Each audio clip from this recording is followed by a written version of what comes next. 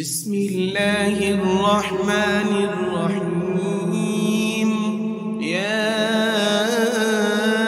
أيها المزمل قم الليل إلا قليلا نصفه أو انقص منه قليلا أو زد عليه ورتل القرآن ترتيلا.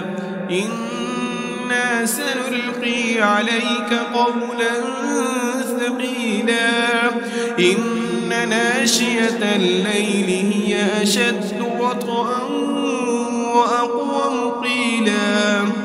إن لك في النهار سبحا طويلا. واذكر اسم ربك وتبتل إليه تبتيلا. رب المشرق والمغرب لا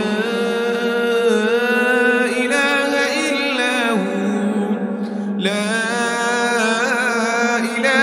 إلا هو فاتخذه وكيلا.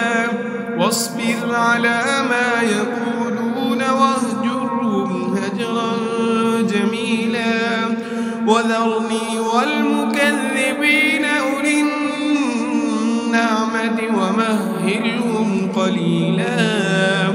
إن لدينا أنكالا وجحيما وطعاما ذا غصة وعذابا أليما. يوم ترجف الأرض والجبال وكانت الجبال كثيبا مهيلا. إنا أرسلنا إليكم رسولا شاهدا عليكم كما أرسلنا إلى فرعون رسولا.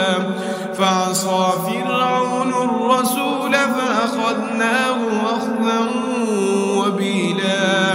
فكيف تتقون إن كفرتم يوما يجعل الولدان شيبا. السماء منفطر به كان وعده مفعولا. إن هذه تذكرة فمن شاء اتخذ إلى ربه سبيلا. إن ربك يعلم أنك تقوم أدنى من ثلثي الليل ونصفه وثلثه وطائفة من الذين معك والله يقدر الليل والنهار. علم أن لن تحصوه فتاب عليكم فاقرؤوا ما تيسر من القرآن. علم أن سيكون منكم مرضى وآخرون يضربون في الأرض يبتغون من فضل الله وآخرون يقاتلون في سبيل الله فاقرؤوا ما تيسر منه. وأقيموا الصلاة وآتوا الزكاة وأقرضوا الله قرضا حسنا. وما تقدموا لأنفسكم من خير تجدوه عند الله هو خيرا وأعظم أجرا. واستغفروا الله